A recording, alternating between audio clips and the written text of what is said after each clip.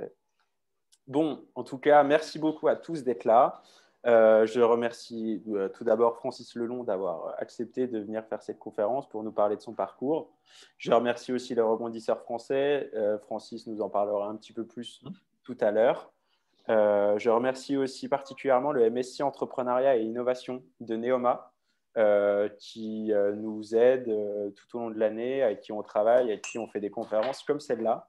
Et donc, c'est un plaisir de travailler avec eux et de les inviter à nos conférences. Donc, merci beaucoup, Bilal, Mehdi, Marie-Michel et toute leur équipe. Et donc, Genius No Marins, dont je suis le président, nous sommes très contents d'organiser ces conférences.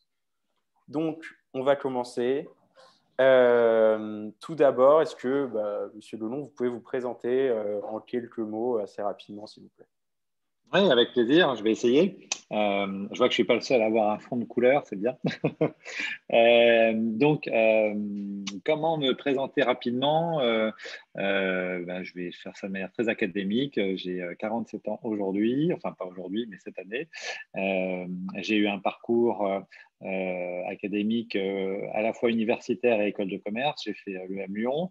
Et on va dire que je suis un serial entrepreneur. J'ai fait une 15-16 sociétés différentes en 20 ans, essentiellement dans le digital, mais pas que, avec un parcours plutôt orienté B2C et e-commerce quand même, avec en particulier bien évidemment Sarenza qui reste un de mes faits d'armes. Qui ne sera pas le dernier, ça c'est sûr. Voilà, pour me présenter rapidement je suis né à Metz, donc je suis lorrain. Je suis arrivé à Paris il y a une vingtaine d'années maintenant. Ok. Donc, vous avez dit que vous étiez étudiant à l'EM Lyon. Est-ce que vous pouvez nous raconter un peu quel genre d'étudiant vous étiez? Est-ce que vous étiez déjà impliqué dans le digital ou même dans l'entrepreneuriat, etc. Non, mais moi, Lyon, ça a été une magnifique erreur de parcours, entre guillemets, puisque quand je viens d'un milieu où on ne savait même pas ce qu'étaient les écoles de commerce. Donc, ça a été une rencontre avec cette école de manière complètement fortuite par un copain qui est en maîtrise d'économie industrielle à Nancy. Il m'a donné un dossier en me disant, tiens, remplis ça, les écoles de commerce, c'est fait pour toi, tu vas regarder. Et donc, j'ai été pris et il n'y a que qui ont voulu de moi, puisque j'avais dû faire une dizaine de dossiers pour faire des études après en marketing. J'avais fait un dossier aussi à l'ESSEC et personne n'a voulu de moi. Il n'y a que Lyon qui a voulu de moi. Et ça s'est fait de manière très drôle, puisque aux Euros, je n'ai fait que parler d'Internet et c'était en 96. Et donc, ils m'ont mis le grappin dessus. Je suis venu et pour la petite histoire, j'ai passé mes euros le même jour que Pierre-Edouard Sterrin. Donc, on a fait le MU ensemble. On a démarré en même temps le même jour. Et donc, c'était assez drôle. Et j'en ai profité pour monter l'association informatique de l'école, puisqu'il n'y avait rien. J'ai refait le site web de l'école. J'ai mis des adresses mail pour tous les étudiants. Et on a aussi, par la même occasion, la deuxième année en 97, imposé les portables à tous les étudiants de l'école. Et donc, Laurent de la Clergerie, LDLC, qui avait fait Lyon 2-3 ans avant moi, a fait son premier million de francs à l'époque de chiffre d'affaires grâce à moi en vendant ses ordinateurs portables aux étudiants de l'école. Donc, c'était une belle époque. On avait des étudiants qui arrivaient en émission parallèle de droit et qui venaient nous demander mais c'est quoi une disquette pour mettre dans l'ordinateur. Donc, c'était assez drôle. Et l'association s'appelait Gratounet. Donc, ouais, on était déjà dans des noms assez drôles et on s'est super bien éclaté pendant 2 ans. C'était vraiment très sympa. Donc, moi, j'étais une espèce bizarre à mi-chemin entre le BDE et la science informatique. Donc, geek pour la science informatique, mais fêtard quand même avec le BDE. Donc, c'était un truc assez étrange. Donc, je faisais un peu le lien entre les gens sérieux et les gens moins sérieux.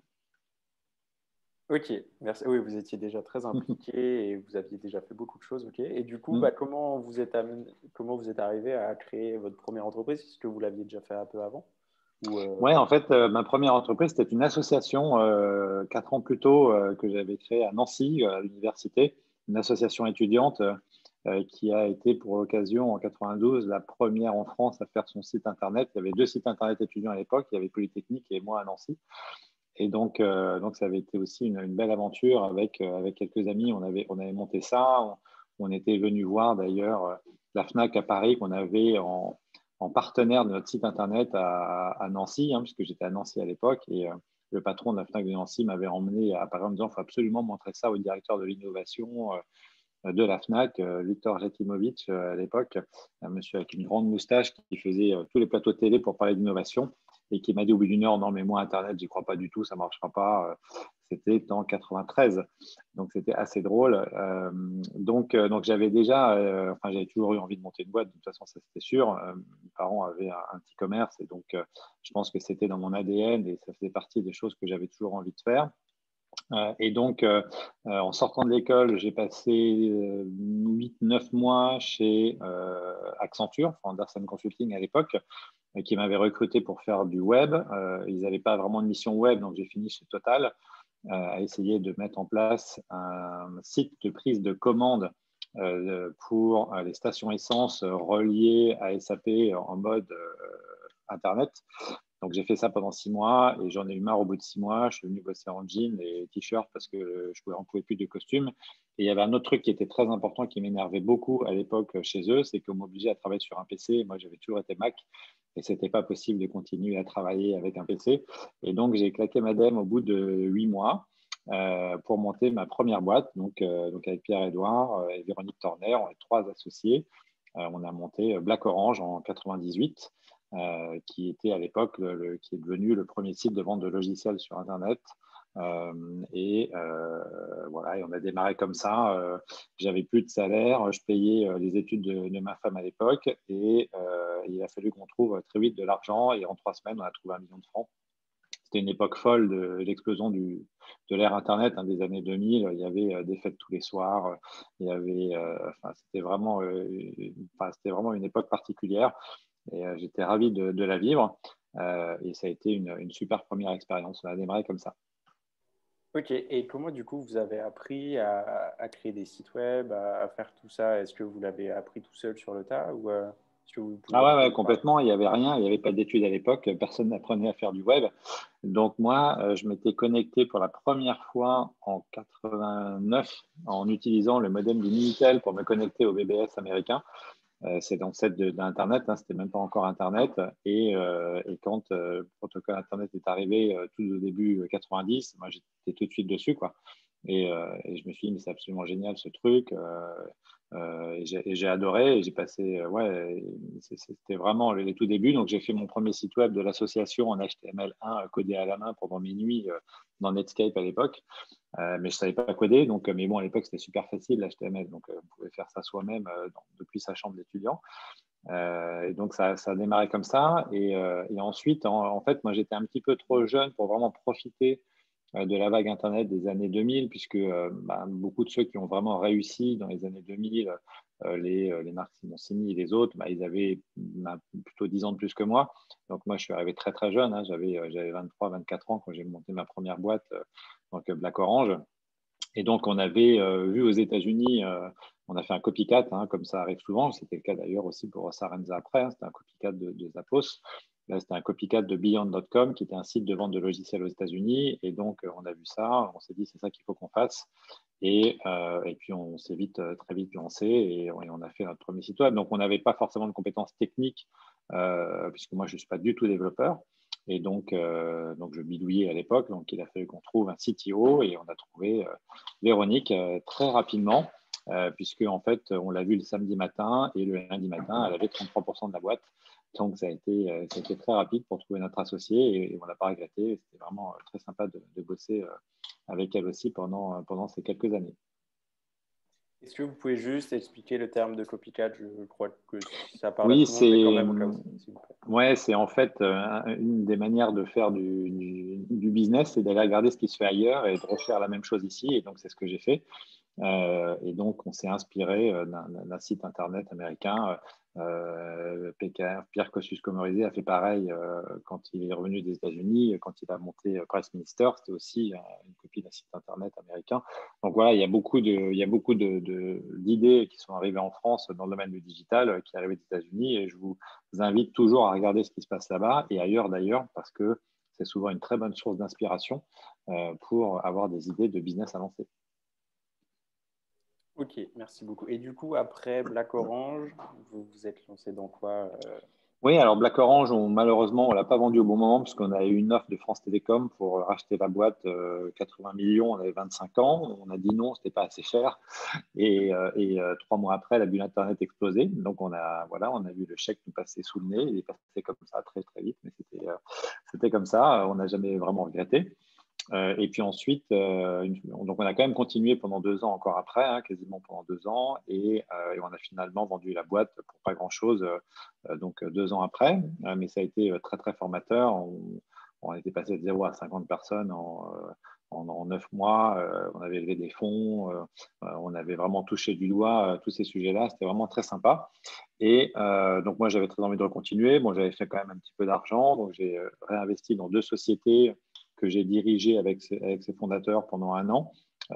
Et puis ensuite, j'ai eu très envie de remonter un projet dans le e-commerce à une période très dure, puisque après l'explosion de la bulle Internet, c'était quasiment impossible de relever de l'argent, et encore plus dans l'e-commerce, puisque plus personne ne croyait dans Amazon, qui était au fond du trou à ce moment-là. Et pourtant, on s'est décidé à remonter un site de e-commerce, donc avec mes 2 associés de Sarenza. Et Sarenza est venu assez vite après, hein, c'est venu 2 ans après, puisque on a commencé le projet Sarenza en 2003 de mémoire. Et donc c'est reparti d'une envie de remonter une boîte avec des personnes que j'appréciais. Et donc, c'est souvent comme ça, hein, que ça démarre. C'est d'abord une question d'humain avant d'être une question de projet. C'est plus important pour moi de trouver les personnes avec qui vous avez vraiment envie de bosser plutôt que de trouver le projet. Le projet, vous le trouverez toujours. L'innovation, on la trouvera toujours. Et donc, du coup, ça s'est fait comme ça. On a voulu monter une boîte ensemble et on a cherché quoi faire. Juste petite pause pour dire à Marie-Michel qu'on ne l'entend pas très bien, à ce qui paraît. Donc, il faudrait qu'elle essaye de voir pour avoir un meilleur micro ou quoi. Mais oui, plusieurs personnes me disent que la traduction ne s'entend pas très bien. Donc, si Peut-être Marie-Michel, avec un casque ou des écouteurs. oui, Peut-être. Ça fonctionnerait peut-être mieux, je elle pense. va essayer. Ah oui, non, mais je crois oui, c'est AirPods. Je crois qu'il ne marchait pas. Mince. Ah, d'accord. Quand elle parle toute seule. Ok. Ah oui, c'est quand on parle tous en même temps que la traduction ne fonctionne pas très bien. Donc peut-être qu'on fera une petite pause après et comme ça, Marie-Michel pourra réexpliquer et résumer. En fait, enfin, entre chaque question, Ah, et en on fait, ils doivent laissera. m'entendre moi et elle en même temps, à mon avis. Ouais, Ça doit en être fait, ça. c'est Zoom Ouais, qui a mal mais géré. il est possible de couper l'audio original aussi pour mieux Ah, Oui, entendre. mais si c'est le cas, elle ne m'entendra plus, elle ne pourra plus me traduire parce qu'elle n'a oui, pas mais ses écouteurs. Je pense que c'est ça le oui, mais problème. Non, les pour les personnes spectateurs. qui écoutent. Ah, Désolé, on teste un nouvel outil sur c'est Zoom, pas grave, il faut la tester. Je traduction. l'avais jamais testé encore non plus. C'est pas mal. Mais donc voilà, si Marie-Michel, tu peux dire aux gens de totalement mute Francis Lelon et moi-même, et comme ça, ils n'entendront plus que toi. Voilà. Donc on va continuer. Du coup, oui, vous êtes arrivé à la création de Sarenza. Pourquoi se lancer sur ce secteur-là? C'était une folie totale, ça c'est sûr, puisque quand on a démarré l'aventure Sarenza, la première chose qu'on a fait, c'est d'en parler autour de nous, donc trouver des experts, hein, du marché de la chaussure. Alors, petit préambule quand même, donc c'était un copycat de Zappos, hein, donc quand on a découvert Zappos en 2002-2003, ils avaient 3 ans d'existence et ils faisaient déjà 100 millions de dollars de chiffre d'affaires aux États-Unis. Donc, il y avait quelqu'un qui nous avait quand même montré le chemin en démontrant qu'il était possible de vendre des chaussures sur Internet. Parce que la grande question de tout le monde à l'époque, c'était de dire, eh ben oui, mais les chaussures, c'est très bien, mais vous ne vous rendez pas compte, monsieur, on ne peut pas les essayer, donc on ne va jamais acheter des chaussures sur Internet parce qu'on ne peut pas les essayer.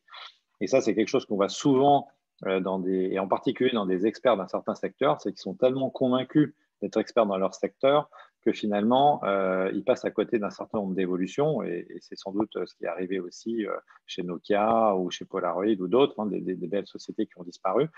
Pourquoi? Parce que en fait, ils n'ont plus la fraîcheur d'esprit de venir avec des idées nouvelles dans leur secteur.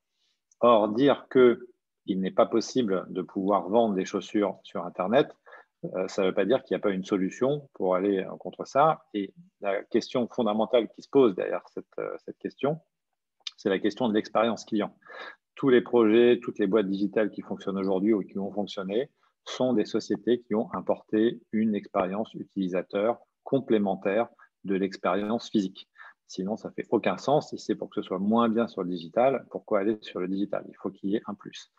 Or, quand on avait fait notre petite enquête, les 3 associés, on avait envoyé à l'époque un formulaire papier parce qu'il n'y avait pas encore Google pour faire ça, mais donc on avait envoyé un petit formulaire papier à nos copines pour savoir si elles achèteraient leurs chaussures sur Internet. Et 100% nous ont répondu que jamais elles achèteraient de chaussures sur Internet. Donc, ça commençait très mal. Et quand on est allé voir les experts du métier, ils nous ont dit la même chose. Et quand on est allé voir les investisseurs, ils nous ont dit à peu près la même chose. Donc, heureusement que Zappos était passé là avant et que grâce à Zappos, on a pu démontrer que c'était possible puisque Zappos avait vraiment énormément travaillé cette problématique de l'expérience utilisateur et en particulier sur la possibilité d'essayer la chaussure. Et donc, tout le secret de cette société consiste à faire en sorte de pouvoir essayer les chaussures à domicile gratuitement, aller et retour gratuit de la chaussure. Et donc, à partir de ce moment-là, l'expérience d'essayage étant bien meilleure à domicile que dans un magasin un samedi après-midi où on se bat pour trouver un siège pour s'asseoir pour essayer de faire des chaussures, un peu moins depuis un an, mais avant c'était comme ça. Ou quand on rentre dans la boutique, on voit une belle paire et puis quand la personne remonte après avoir attendu 15 minutes de la réserve, on se rend compte qu'il n'y a pas la couleur ou qu'il n'y a pas sa pointure. On n'a jamais les bons habits pour essayer les bonnes chaussures avec les habits qu'on veut. Donc finalement, on ne peut pas les montrer à son mari parce qu'il ne vient jamais faire des courses le samedi après-midi ou à sa femme. D'ailleurs, il faut que j'arrête d'être sexiste sur le sujet. Ça marche dans les deux sens. de vous interrompre, juste essayer de faire des petites pauses de temps en temps et que en fait Marie-Michel ne traduise pas en même temps, mais qu'elle traduise quand il y a les petites pauses, si ça possible. marche. Parce qu'on me dit vraiment que c'est quand Marie-Michel et Francis parlent en même temps qu'il y a des problèmes. Donc voilà, essayez de faire ça. Désolé. Et donc, donc du coup, voilà, cette expérience utilisateur, elle est vraiment très compliquée souvent dans les magasins. Je vais laisser Michel du coup. Et l'autre point qui est important aussi, c'est que le stock est souvent extrêmement faible et le choix est extrêmement faible, en particulier en province, dans les magasins de chaussures. Donc, l'arrivée de Sarenza a permis de contrecarrer ces éléments-là.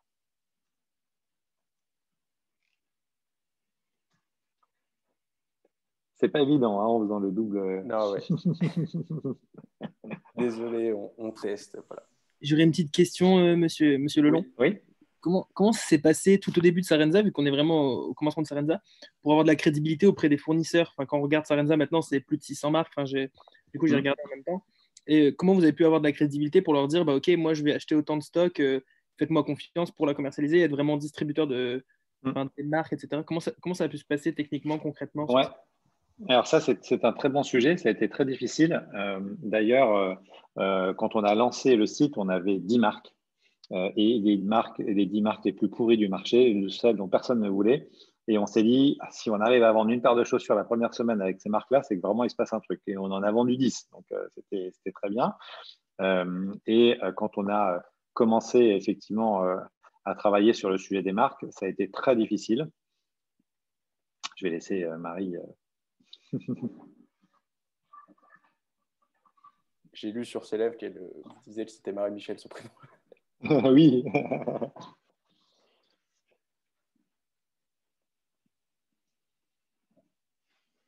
Si on fait tout en double temps, ça va être très compliqué, je pense. Ouais. On ne va pas y arriver. Vaut mieux je vais continuer. Donc du coup, il a fallu aller les convaincre. Ils avaient peur d'une chose très importante à l'époque, c'était la cannibalisation du marché physique par les ventes sur Internet. Et il y avait encore des réseaux de distribution sélectifs aussi très, très fermés. Donc, ça a été très, très dur. Et ça m'a pris 3 ans, un peu plus de 3 ans pour réussir à convaincre 300 marques de venir sur le site. Et les dernières qui sont arrivées sont bien évidemment les plus importantes, celles sur lesquelles il y avait le plus d'enjeux. Pour la petite histoire, quand on a commencé à passer des commandes sur un certain nombre de marques qui étaient des très belles marques, je pense à Geox par exemple ou à d'autres qui se vendaient très bien il y a 10 ans, on commençait par une commande qui correspondait à ce que faisait un magasin traditionnel. Donc pour eux, il n'y avait pas d'enjeu. Hein. Ils ne prenaient pas le risque pour 300 paires, hein, ce qui est à peu près ce que commande un magasin de chaussures traditionnel. Donc on commençait par 300 paires. Et il y en a chez lesquels, 2 ans après, je commandais quasiment 70 000 paires. et j'étais devenu le premier client en France. Donc ça a été très vite. Et en fait, il y a un moment où, quand ils ont vu les volumes arriver, tout le monde est venu derrière. Et puis surtout, ils ont compris que ça n'allait pas du tout cannibaliser les ventes physiques. Au contraire, on avait des statistiques qui montraient qu'aux États-Unis, l'arrivée de la vente sur Internet avait fait progresser le marché au global de 3 à 4% par an, alors qu'avant, il progressait que de 0,5%. Donc, il a fallu vraiment faire preuve de conviction là-dessus. Ça a été très dur. Un autre point qu'il faut comprendre aussi sur le marché de la chaussure, c'est qu'il n'y a pas de stock. Donc, il n'y a pas de réassort possible en cours de route. La chaussure, c'est le produit textile le plus compliqué à fabriquer. Il faut 1 an, on commande 1 an avant. Donc là, en ce moment, on sort de l'hiver, on arrive à la collection printemps-été de cette année. On est déjà en train d'acheter la collection printemps-été de l'année prochaine, qu'il faut payer quasiment 1 an à l'avance pour que les fabricants se mettent à fabriquer les produits. Et ça, en termes de BFR, c'est ce qui nous a posé beaucoup de problèmes sur Sarenza. Après, j'y reviendrai, mais c'est un enfer. Donc, ça a été très compliqué sur ça. Ouais. Du coup, au début, il y avait vraiment le pari de on achète le stock 1 an avant. Enfin, moi, je parle vraiment du tout début parce que nous, en tant que jeunes entrepreneurs, c'est le début qui est le plus dur à se lancer. Vous avez vraiment acheté 1 an avant le stock sans pouvoir le commercialiser. Pendant cette année-là, vous avez dû créer un site internet en béton pour pouvoir et convaincre d'autres marques et continuer à marcher. Ça a dû être très compliqué cette période-là de 1 an entre guillemets de stand-by, de pouvoir rien faire et d'être impuissant face à son projet. Je ne sais pas comment vous avez vu. C'était un gros pari, surtout qu'encore une fois, on n'avait pas du tout choisi les marques, donc on a fait avec les marques qu'on pouvait. C'était un peu moins un problème au début parce qu'on a, en fait, dans le monde de la chaussure, il y a vraiment les modèles des collections mode qui sortent en début de saison.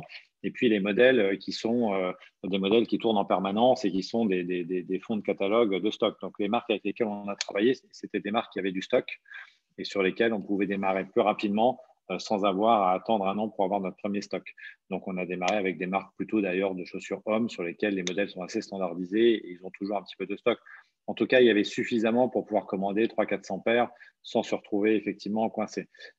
Donc, on n'a pas été trop embêtés. Je pense que les premières commandes qu'on a passées, on a dû les passer 4 mois avant le lancement du site, 4-5 mois avant le lancement du site. Donc, ce n'était pas non plus si long. En revanche, au bout d'1 an, 2 ans, quand là, on a commencé à travailler sur des gros volumes et avec des marques qui avaient pignon sur rue, là, ça s'est effectivement complexifié énormément puisque du coup, là, il a vraiment fallu prendre des risques sur des modèles, sur des styles, sur des tendances, alors qu'on n'avait quasiment aucune information encore sur le nombre de clients. On faisait x4 tous les 6 mois. Donc, x4 tous les 6 mois, forcément, c'est très difficile à gérer en termes de stock. Ça a été l'enfer.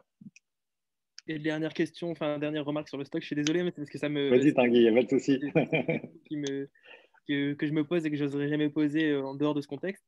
Et du coup, comment vous avez fait, vous, pour. Vous avez externalisé le stock, vraiment techniquement parlant, vous avez externalisé le stock et loué des hangars, et vous étiez vraiment dans la commercialisation, ou alors vous vous occupiez aussi du transport et du stockage, etc. Ouais. Pour le début, comment ça se passait? Est-ce que c'est. Ouais, on a tout testé. On a tout testé, ça a beaucoup évolué depuis. En fait, à l'époque, il n'y avait pas de plateforme logistique e-commerce B2C qui fonctionnait au niveau de qualité qu'on voulait.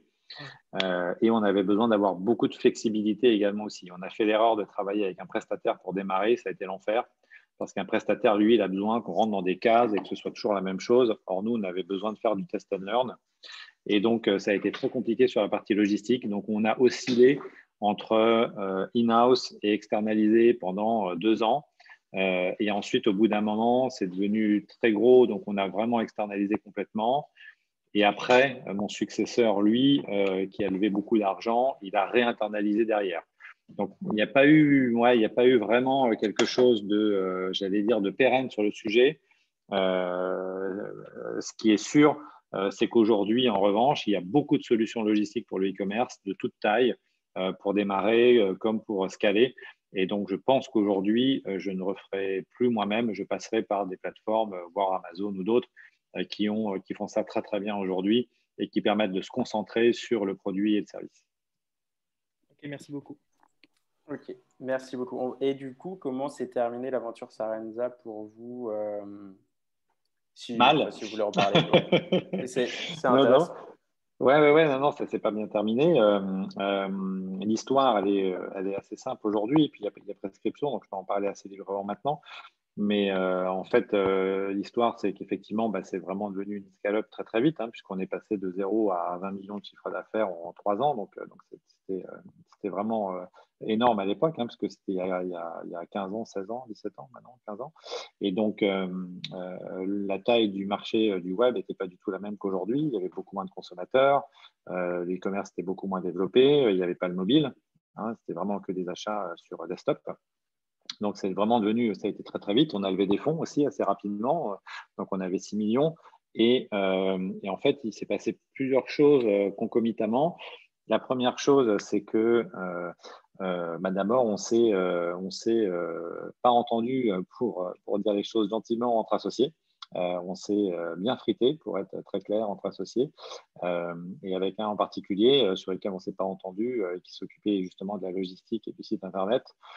Et après coup, c'est toujours, maintenant avec le recul, quand ça se passe mal entre associés, c'est toujours, bien évidemment, les torts sont souvent partagés. Et bien évidemment, j'ai tout à fait aussi ma part de responsabilité dans ça. Je n'ai pas du tout bien géré ce conflit. Je ne me suis pas entouré, j'en ai pas parlé avec d'autres, on ne s'est pas assis autour d'une table pour discuter de notre conflit. Et donc, on a fait tout à l'envers pour bien s'assurer de plus parler et de faire en sorte que ça ne marche pas bien. Donc, dans un contexte comme celui-ci, moi, je m'étais retourné vers les investisseurs en leur disant, voilà, j'aimerais qu'on sorte mon associé, ça ne se passe pas bien, je ne suis pas satisfait. Il y avait ce qu'on appelle une clause de good or bad liver dans un pacte d'actionnaires qui lui permettait de partir quand même avec pas mal d'argent.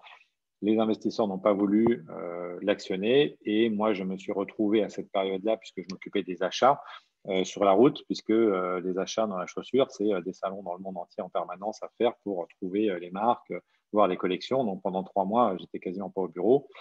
Et pendant ces 3 mois, les investisseurs ont fait ce qu'il fallait pour retourner la tête de mes 2 associés.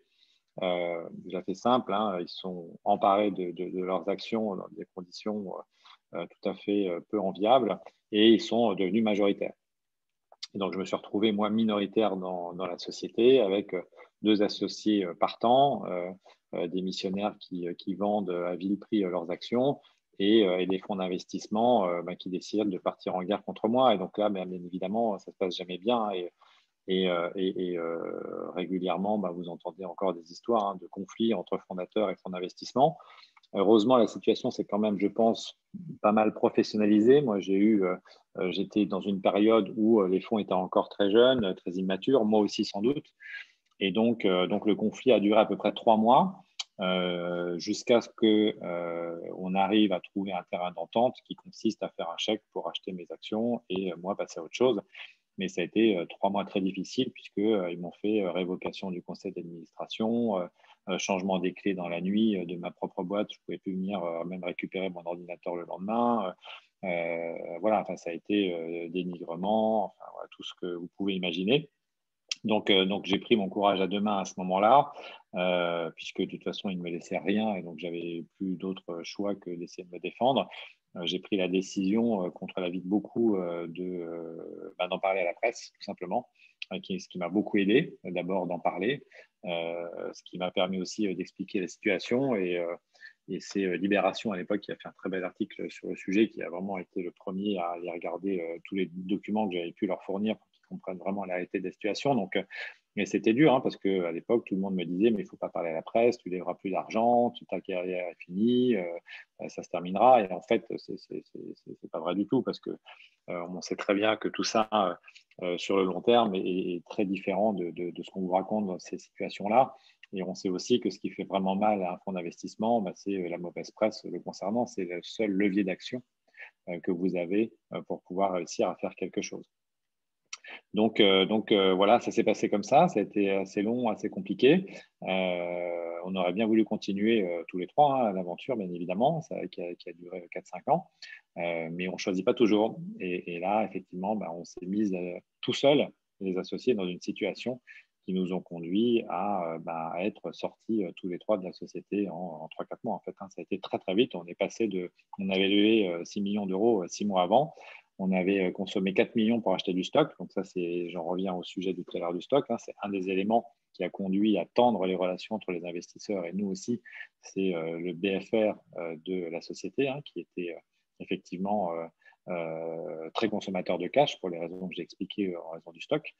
Et donc, tout ça nous a conduit effectivement à faire différemment et à devoir accepter de partir de la société à contre-cœur.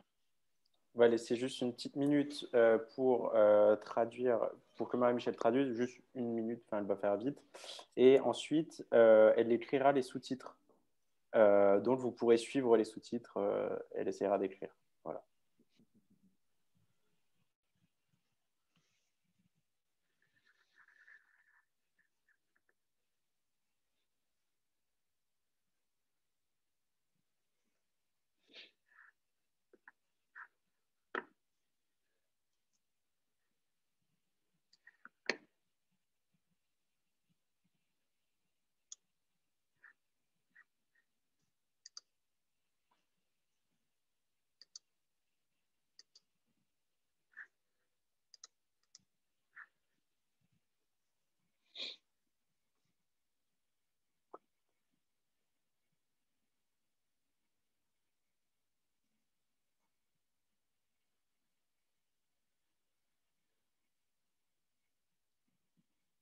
Ok, bon, parfait. En plus, on me dit que voilà, ça marche maintenant si on fait comme ça.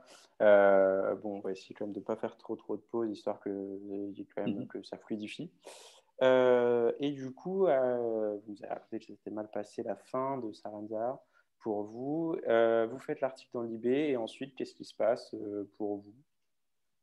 Alors, j'ai eu beaucoup de chance, c'est que j'ai eu d'abord un très bon commissaire aux comptes qui m'a beaucoup aidé dans la défense de mes intérêts face à des investisseurs peu scrupuleux. Et puis, il y a un autre élément aussi qui a joué en ma faveur, c'est que j'avais à l'époque dans les deux investisseurs la Société Générale par l'intermédiaire de l'ASGAM. Et donc, ils n'avaient pas du tout envie d'avoir une mauvaise publicité au regard de ce qui commençait à sortir dans la presse. Et donc, il y a un moment, ils ont dit on arrête le jeu. Vous faites un chèque convenable à Francis et puis il ira faire autre chose et on tourne la page. Donc, c'est comme ça que ça se passe. De toute façon, c'est toujours une transaction à la fin qui permet de faire en sorte de sortir de ce genre de situation. Donc, c'était bien évidemment rien par rapport à ce que valaient mes 25% d'actions que j'avais encore à l'époque valorisées 16 millions d'euros il y a 15 ans sur la valeur de la dernière augmentation de capital. Mais ça m'a permis en tout cas de pouvoir repartir dans des bonnes conditions, réinvestir dans un nouveau projet et avancer. En fait, dès le lendemain de ma révocation et pendant ces 3 mois-là, j'étais tout de suite parti dans l'idée de pouvoir remonter un autre projet parce que c'est la seule chose que je sais faire. Sarenza, c'était déjà la 4e ou 5e boîte que j'avais faite. Et donc j'avais qu'une envie, c'était de repartir sur un nouveau projet, tourner la page et avancer. Et après, il y a un autre élément aussi qu'on ne décide pas, c'est son état d'esprit. Moi, je suis quelqu'un qui me réveille tous les matins avec le sourire, qui a toujours envie de partir de l'avant. Et donc, je me suis, même dans cette période-là très difficile où du jour au lendemain, on perd tout, et puis on n'a pas de chômage, on n'a rien, on est entrepreneur. J'ai toujours bien dormi. J'ai pas fini avec des antidépresseurs. Donc, mais ça, c'est quelque chose sur lequel on choisit pas forcément. Et j'ai toujours été comme ça. Donc, ça a glissé un peu sur moi. Et puis, je suis reparti dans un nouveau projet 3 mois après avec de nouveaux associés qui n'a pas marché. Mais ça, c'est pas grave. Quand on monte des boîtes, il faut accepter que parfois ça marche et que parfois ça marche pas. Ils n'ont pas tous aussi bien fonctionné que Sarenza, bien évidemment. Mais ça fait partie du jeu, il faut l'accepter. Et surtout, il faut apprendre de cet échec. Il faut comprendre pourquoi, gagner en maturité. Je pense que si ça m'arrivait aujourd'hui, ça se passerait totalement différemment de ce qui m'était arrivé à l'époque. C'était aussi un environnement, encore une fois, très masculin, 3 fondateurs, avec des gros égos, une grosse bataille de coq, comme on dit. Et donc, réussir à passer outre ça, ça nécessite un peu de maturité, un peu d'expérience qu'on n'avait pas forcément à l'époque. Et du coup, vous parliez un peu de vos échecs. Quel a été, est-ce que vous pouvez nous en parler un petit peu plus d'un échec peut-être en particulier qui vous a marqué ou qui vous a fait beaucoup grandir? Il y en a eu plein. Tous, il faut tous grandir. Non, ils font tous grandir. Non, ils ont.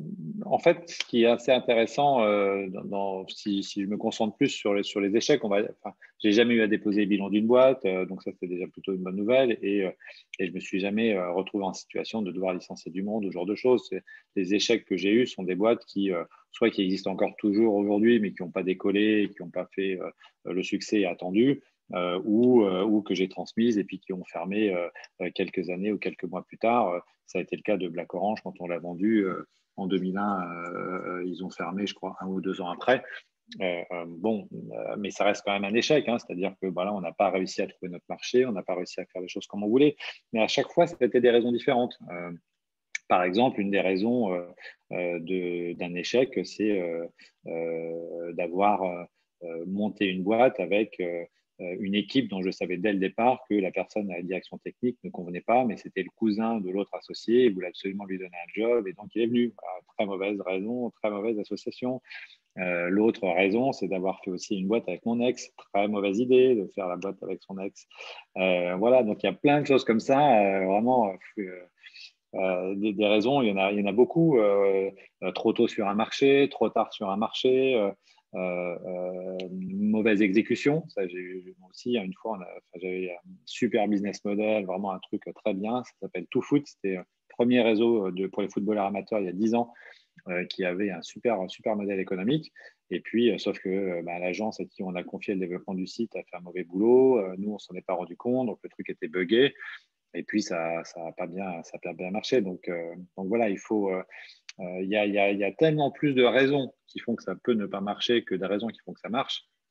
Que voilà, forcément, dans l'eau, il y aura toujours des choses. Mais à chaque fois, ça a été une expérience. À chaque fois, j'ai appris des choses. À chaque fois, j'ai essayé d'en tirer le côté positif. Parce qu'il faut garder une chose en tête qui est très importante quand vous montez une boîte, c'est que le seul risque que vous prenez, c'est de réussir. Le reste, c'est rien. Le reste, enfin, je veux dire, voilà, il faut juste effectivement pas se mettre en situation d'hypothéquer la maison. Ou j'ai été très, très, très marqué par le premier cours d'entrepreneuriat que j'ai eu à l'EM Lyon en 96. Où le prof a fait venir un gars en 96 qui était convaincu que la domotique allait exploser depuis 20 ans. Et il avait planté 4 boîtes, vendu sa maison, divorcé 3 fois. Moi, j'ai divorcé que 2 fois, mais lui, il a divorcé 3 fois. Et c'était un enfer. Et il nous racontait son parcours du combattant. Et je me suis dit un jour, non, il ne faut pas ça, quoi. Il y a un moment, il faut savoir aussi s'arrêter, il faut savoir passer à autre chose, c'est pas grave. Et puis parfois, il faut savoir aussi s'accrocher. Hein. Donc c'est difficile de faire le choix entre les deux. Et surtout qu'on a rarement des personnes autour de nous à qui en parler, qui vont vraiment comprendre, entre les amis qui vont vous dire à chaque fois c'est génial ton idée, juste parce qu'ils veulent vous faire plaisir, et puis d'autres personnes qui n'ont aucun avis parce qu'ils ne sont pas passés par là. C'est souvent très compliqué. Et du coup, maintenant, vous en êtes où? Vous avez fait quoi actuellement, enfin, ces dernières années, etc. Là, je viens de lancer la numéro 17 ou la numéro 16, je ne sais plus. Alors, qu'est-ce que j'ai fait ces dernières années? J'ai fait une très belle expérience pendant 2 ans où j'ai accompagné le repreneur d'une boîte qui s'appelle Cobuzz, que certains d'entre vous connaissent peut-être. C'est un site de streaming musical haut de gamme, concurrent de Spotify et Apple Music. Où là, c'est l'actionnaire qui a repris cette boîte en dépôt de bilan qui m'a demandé de venir redresser la situation de la boîte. Et ça a été 2 ans où j'ai bossé comme un fou, mais hyper intéressant, avec un très beau marché, avec forcément des concurrents qui ont juste un peu plus d'argent que vous. Nous, on avait 3 millions d'euros d'investissement par an en R&D. Spotify a 600 millions d'euros de R&D par an. Donc, c'est juste 200 fois plus. Donc, c'est pas le PSG contre le dernier de la Liga, hein, c'est le PSG contre la 6e division d'amateurs de je ne sais pas où. Mais donc, ça, c'était assez drôle et je me suis vraiment éclaté sur cette boîte. C'était très sympa. Et puis mon parcours ces dernières années a été aussi beaucoup lié à mon activité d'aujourd'hui, hein, puisque je viens de lancer la première agence no-code en France, qui a vocation donc à développer des solutions logicielles avec des outils no-code. Et ça, c'est vraiment le résultat de mon parcours de 20 ans dans le digital, à essayer tout le temps de monter des projets digitales avec le filtre et le prisme d'équipes techniques qui comprennent plus ou moins bien ce qu'on veut faire, qui le réalisent aussi plus ou moins bien, pour un gars qui n'est pas techos du tout, hein, parce que, encore une fois, je ne suis pas développeur. Donc, je m'étais formé déjà à Salesforce il y a 10 ans. Je suis admin Salesforce depuis 10 ans. Donc, ce produit était super à l'époque, mais bon, je trouve qu'il n'a pas très bien vieilli. Et j'ai rencontré Airtable il y a 5 ans. Je l'aurais bien épousé, mais c'est un logiciel, donc je ne peux pas. Mais j'ai passé, voilà, ça a changé ma vie. Ce produit a changé ma vie. Et c'est la raison pour laquelle on a créé avec mes 2 associés Allegria.tech, qui est cette agence qu'on vient de lancer il y a 4 mois et pour laquelle on s'éclate puisqu'on a démarré à 3 le 7 décembre, on est 25 aujourd'hui et on devrait être 50 en juin, donc ça se passe vraiment super bien. Et on nous dit beaucoup, voilà, faut maintenant, l'anglais peut être un peu inutile, mais il faut apprendre, il faut savoir coder. Vous êtes l'exemple que non. Et qu'est-ce que vous pensez de tout ça? Non, je pense que c'est vraiment une grosse bêtise que d'essayer d'apprendre à tout le monde à coder parce qu'on n'est pas tous faits pour ça. En revanche, ce qui est sûr, c'est qu'il y a une vraie fracture digitale qui est liée à ceux qui savent coder et ceux qui ne savent pas coder, voire même à ceux qui savent manipuler l'outil digital versus ceux qui ne savent pas. Vous ne vous rendez pas compte la chance que vous avez tous de manipuler les ordinateurs comme vous le faites aujourd'hui. Les gens de ma génération, pour la plupart, leur stack technique aujourd'hui encore, c'est Word, Excel, PowerPoint. Et quand on leur demande de sortir de ça, ils sont incapables de le faire. Aujourd'hui, tous ici présents, je vous mets n'importe quel outil dans les mains, en 2 heures, vous savez vous en servir. Eux, en 2 semaines, ils cherchent encore où est le pointeur de la souris. Donc, il faut vraiment garder ça en tête. Donc, il y a vraiment une vraie fracture autour de ça. Or, la situation aujourd'hui avec le digital, c'est un petit peu la même que celle avec l'écriture il y a 500 ans. Quand il n'y avait que des curés qui savaient écrire, la seule chose que les gens pouvaient avoir comme création littéraire, c'était les écrits liturgiques.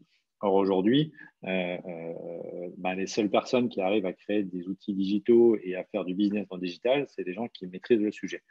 Moi, je pense qu'il faut que ça change. Il faut que tout le monde ait la possibilité de pouvoir créer son projet digital sans avoir besoin de développeurs qui coûtent cher, de plus en plus cher.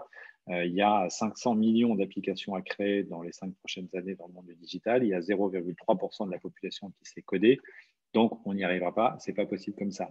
Et c'est ce qui fait l'émergence du mouvement no-code et du mouvement des citizen makers, où l'idée, c'est de donner la possibilité à chacun, avec les outils modernes d'aujourd'hui, de pouvoir d'abord soi-même créer sa propre activité digitale, mais aussi et surtout, et là, c'est vraiment la raison d'être d'Allegria, d'apporter ces outils no-code qui ont été énormément utilisés par les startups depuis 5 ans pour créer des POC ou des MVP vers les PME et les grands comptes qui en ont aussi besoin pour accélérer leur transformation digitale. Donc, c'est ce qu'on fait aujourd'hui et c'est ce qui explique qu'on a autant de demandes puisque avec le no-code, on fait à peu près tout dans le digital 4 à 5 fois plus vite et 4 à 5 fois moins cher que n'importe quelle solution de dev traditionnelle.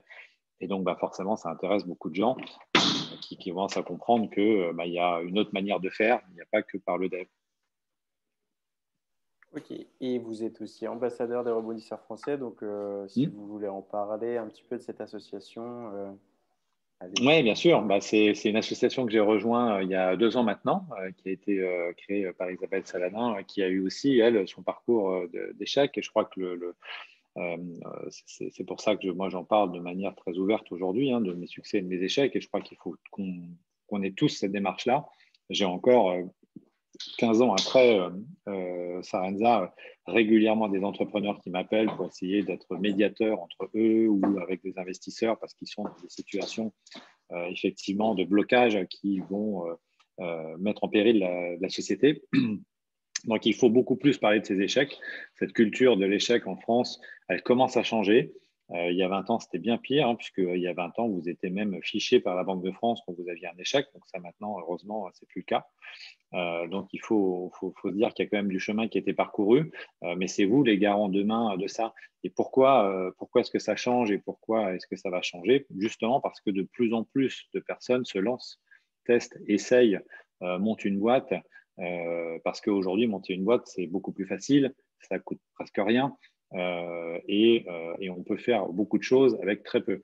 Donc, plus on aura d'entrepreneurs, plus on aura de gens qui, par définition, seront face à l'échec et plus on désacralisera l'échec. Bien sûr, il y a des gens qui réussissent du premier coup. Bien sûr, il y a des gens qui ont le love at first sight. Bien sûr, il y a des gens qui se marient et la première, c'est la bonne. Moi, ça n'a pas été mon cas.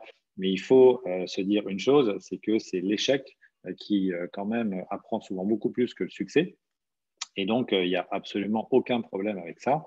D'ailleurs, aux États-Unis, vous entendrez toujours les gens qui vous disent que les investisseurs n'investissent jamais sur un entrepreneur qui n'a pas eu déjà un ou plusieurs échecs. Donc c'est quelque chose qui est beaucoup plus marqué dans la culture américaine que dans la culture française.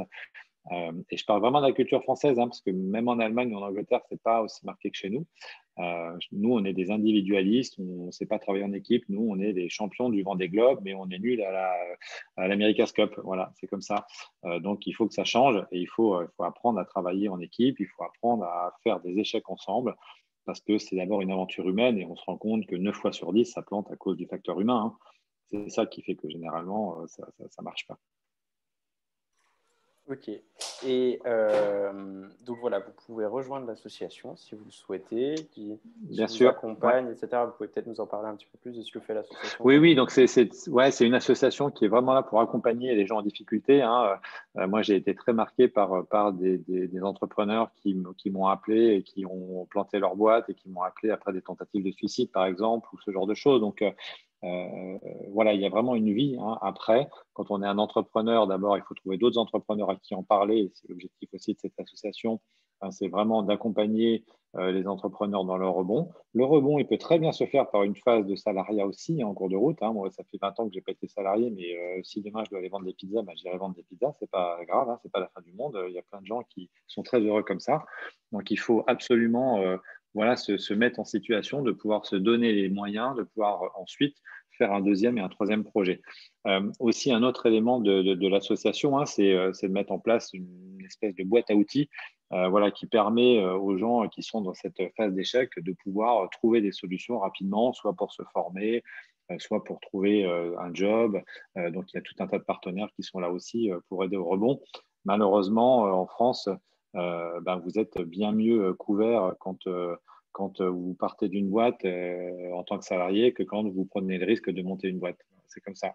Donc, on a considéré que c'était très, très important d'avoir une association. On peut se retrouver entre losers. Voilà, c'est très bien, on est bien entre nous, là, c'est super. Et on s'éclate bien et on a plein d'expériences de losers à partager et c'est souvent les meilleures. Ok, merci beaucoup. Est-ce que des gens ont des questions? Vous pouvez prendre la parole ou les écrire dans le chat. Moi, j'ai encore des questions. Vas-y, Tanguy. Tanguy, le retour. Je suis désolé, mais non, mais vas-y. Il y a beaucoup de points. Bien raison, on est là pour ça. Avec les problèmes de traduction, etc., je n'osais pas forcément vous couper. Moi, c'est encore sur Sarenza, sur le début. Quand vous avez, c'est des questions sur tout, alors je me permets. Quand vous avez dit que vous étiez responsable acheteur, vous achetiez les chaussures, etc., vous étiez déjà dans le milieu-là, dans le milieu du textile, etc., ou pas du tout? Pas du tout. Non, je n'y connaissais strictement rien. Et comment vous avez fait pour pouvoir rentrer dans un marché? Je pense que c'est des barrières. C'est quand on réfléchit à une entreprise à se développer, on réfléchit souvent aux barrières à l'entrée. Et ça, c'est vraiment une des grosses barrières. Rentrer, voilà. Il n'y a pas de barrière. Les barrières, elles n'existent pas, elles sont que dans la tête des gens. Il y a zéro barrière. Tu prends ton bâton de pèlerin, tu vas voir les gars, tu les appelles, tu prends rendez-vous et tu apprends. Donc, il faut apprendre. Il faut apprendre vite, ça c'est sûr, mais il faut apprendre, mais il n'y a aucune barrière. Après, nous, ce qu'on avait fait, pour être complètement transparent sur le sujet aussi, on avait essayé d'identifier un gars du milieu, sans être péjoratif, mais sur le marché de la chaussure, ce n'est pas le secteur le plus attractif qui fait venir les étudiants des grandes écoles de commerce, il faut être clair aussi. Donc, c'était assez difficile de trouver des gens qui pouvaient à la fois comprendre ce qu'on faisait et en même temps qui étaient dans le milieu. On en a trouvé un qui avait 67 ou 68 ans à l'époque qui nous a aidés à ouvrir quelques portes au début et en particulier les quelques marques pour démarrer. Mais quand j'ai fait mes premiers achats pour faire la première collection de Sarenza, je n'y connaissais rien, je n'avais jamais acheté de chaussures avant. J'avais une petite appétence pour le sujet de la mode, mais un peu plus que n'importe qui. Et donc, on a fait plein de conneries, ça c'est clair, on a acheté n'importe quoi. Mais après, on a appris.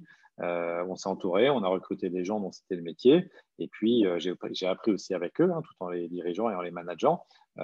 J'ai eu jusqu'à 15 personnes dans l'équipe achat. Mais voilà, ça s'est fait parce qu'il fallait que quelqu'un s'en occupe. Et dans les 3 fondateurs, c'était moi. Okay.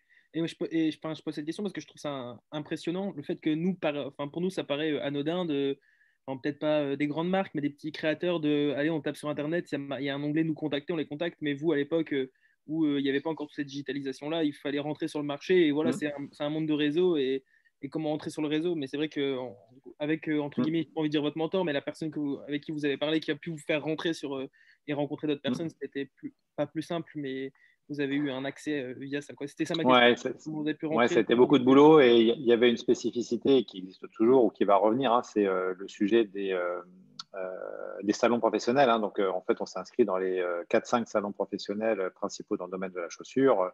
Il y en a un en Allemagne, Las Vegas, bien évidemment, et Milan. Et puis, je suis parti avec un paquet de cartes et j'ai fait tous les stands et j'ai filé des cartes à tout le monde. Et puis, j'ai vu ce qui est remonté, quoi. C'était la seule manière de faire à l'époque. La plupart n'avaient pas du tout Internet, hein. Ah. Ça, c'est pas moi. Hein. Désolé. Non. C'est bon. Donc, il faut, il faut réussir effectivement à se faire son propre réseau, écouter beaucoup, apprendre, échanger, et on y arrive. Il n'y a pas de raison de ne pas y arriver. Après, effectivement, à l'inverse, c'est bien d'arriver avec un esprit frais aussi. Le risque d'aller chercher que des gens et que des experts, encore une fois, c'est qu'ils refont la même chose qu'avant. Or, si tu veux innover, il faut souvent faire différemment. Et ce n'est pas toujours une bonne idée d'aller chercher les gens qui sont experts dans leur domaine pour t'accompagner parce qu'ils vont être dans la répétition. Et moi-même, quand j'accompagne des entrepreneurs en tant que mentor, je fais super gaffe à ça parce que j'apprends autant des entrepreneurs, des jeunes entrepreneurs que j'accompagne aujourd'hui qu'eux apprennent de moi parce que ils vont faire différemment et il faut qu'ils fassent différemment. C'est super important. Merci pour votre réponse et mes multiples. Merci beaucoup. Encore une ou deux questions. Les gens veulent prendre la parole. Moi, j'avais une petite question. Oui, vas-y Mathilde. Du coup, après tout ce que vous nous avez dit avec l'expérience que vous avez eue avec Sarenza, quels conseils en fait vous donnez pour trouver des associés avec qui ça pourrait vraiment bien marcher? Ouais, alors ça, c'est une très bonne question. Donc, moi, j'ai tout essayé. J'ai essayé le pote d'enfance, j'ai essayé la personne que je connaissais depuis 2 heures, j'ai essayé la personne avec qui j'ai déjà travaillé. Et en fait, il n'y a pas de règle. Et c'est ça qui est assez difficile à imaginer. Parce que ça peut très bien se passer avec quelqu'un que vous connaissez depuis 10 ans ou très mal, et inversement, ça peut très bien se passer avec quelqu'un que vous connaissez depuis 5 minutes ou très mal. Donc maintenant, moi, ce que je fais pas mal en fait aussi avec quelques boîtes que j'accompagne, c'est vraiment un travail d'alignement dès le départ. C'est super important. Vous allez trouver plein de choses sur Internet qui vont vous permettre de faire cet exercice. On y passe à minima une journée et on essaye de s'assurer qu'on est aligné d'abord sur les valeurs humaines, parce qu'une entreprise, c'est des valeurs humaines et ça sera déjà ça aussi vraiment difficile, hein. Il y a plein de manières de faire du business. Il y en a qui font très bien du business en étant des voyous, d'autres non. Chacun a son camp. Mais en tout cas, il vaut mieux le savoir à l'avance au moment où il y aura des difficultés. Donc, les valeurs, c'est important. Le projet, bien évidemment. Quelle est la réalité du projet que vous voulez faire et comment est-ce que vous voulez le construire? Et l'ambition et la sortie. C'est-à-dire que s'il y en a un qui sera très content de sortir avec 100 000 euros et l'autre qui veut 100 millions, forcément, il y a un moment, ça va poser un problème. Donc, voilà. Et il faut aussi, je pense, des gens qui soient dans un bon état d'esprit. La bienveillance, pour moi, ça fait clairement partie des valeurs fondamentales des entrepreneurs, parce que sinon, on ne peut pas travailler en équipe correctement. Le respect, voilà, il y a un certain nombre de choses comme ça qui sont essentielles. Et après, il faut aussi, organiser le risque où ça se passe mal. Donc, ça passe par un pacte d'actionnaires très bien fait, ça passe par un certain nombre de sujets juridiques qui font que si par malheur ça devait mal se finir entre vous, eh bien, ça peut se régler dans des conditions prévues à l'avance sans qu'il y ait de drame pour personne. Et donc, si on a ces 2 éléments déjà, on évite un certain nombre d'écueils, mais il n'y a aucune garantie. C'est comme quand on recrute quelqu'un, c'est très difficile de recruter. C'est le travail le plus difficile pour un entrepreneur, c'est de bien recruter, parce que forcément, c'est le facteur humain, donc c'est très difficile. Merci beaucoup. Merci beaucoup.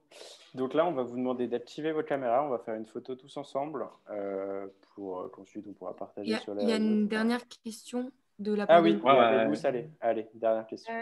Bonjour, merci pour votre temps. C'était hyper intéressant. J'ai appris plein de choses. J'aimerais avoir votre avis sur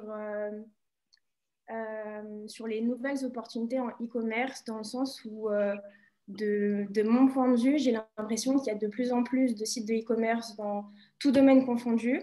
Et j'aimerais savoir à quel moment on considère qu'un marché particulier est bouché. Ou, enfin, voilà, je ne sais pas si j'ai été claire. Ouais, tout à fait. Pour moi, c'est jamais bouché. Il y a tellement de sites de e-commerce que c'était presque, enfin pas impossible, mais très compliqué de se lancer dans un projet de e-commerce. Non, il n'y a rien qui est bouché, jamais, et encore moins dans le digital, puisqu'il y a toujours des manières nouvelles de faire, il y a toujours des clients qui cherchent autre chose de manière différente. Pour donner juste un exemple, il y a 10 ans, quand Salesforce a commencé à exploser, tout le monde était convaincu que Salesforce aurait 100% du marché du CRM en mode SaaS demain, et aujourd'hui, il y a 200 solutions en mode SaaS pour faire du CRM, Spot, Pipedrive et tant d'autres. Donc, il n'y a jamais aucun marché qui est bouché. Au contraire, avec le digital, les barrières à l'entrée sont beaucoup plus faibles et donc il faut tenter sa chance. Que ce soit plus dur, plus compliqué, c'est sûr. Mais enfin, je sais pas, il y a tellement d'exemples de marchés. On peut parler de Respire, qui aurait dit qu'ils auraient réussi comme ils l'ont fait. Louis-tu, alors pour le coup, c'est pas le bon exemple en ce moment parce qu'elle rame, mais c'est pareil, elle a quand même monté un truc dans le domaine des bijoux. Enfin, je veux dire, des projets dans le domaine du bijou féminin, j'en ai vu 250. Pourquoi elle a réussi et pas les autres? Les autres diront que c'est parce que le marché est bouché. Elle vous expliquera pourquoi elle a réussi, parce qu'elle a une DNVB avec tous les éléments tous les éléments de la sauce du succès. Donc non, il n'y a jamais aucun marché qui est bouché. Il y a des marchés plus durs que d'autres, il y a des marchés plus attractifs que d'autres. Ça, c'est sûr, parce que voilà, c'est simplement pour des raisons humaines. Hein. Mais non, il faut y aller. Il n'y a pas de problème. En revanche, ce qui est indispensable, c'est d'avoir une vraie innovation. Alors, si c'est pour aller faire la même chose que les autres, il n'y a pas de… Voilà, mais c'est quoi l'expérience? Et je crois qu'il y a un élément qui est très important, mais vous vivez dedans et vous le savez mieux que tout le monde. C'est qu'on a vécu ces 10-15 dernières années beaucoup dans le monde du service. Hein. Il y a 15 ans, c'était le service.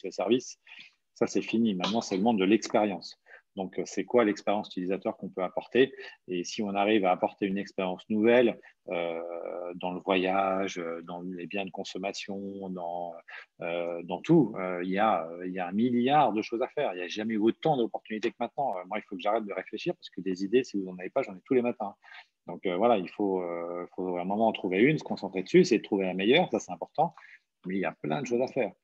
C'est notamment aussi de e-commerce, les racheteurs-revendeurs. Par exemple, je cherchais dernièrement un jean et je tapais la marque Levi's et il y a je ne sais combien de sites de e-commerce qui proposent des sites Levi's.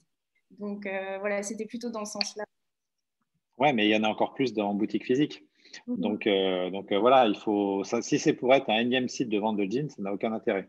Si c'est pour être le site de vente de jeans qui va révolutionner la manière de vendre des jeans, là, ça a un intérêt et là, il faut regarder.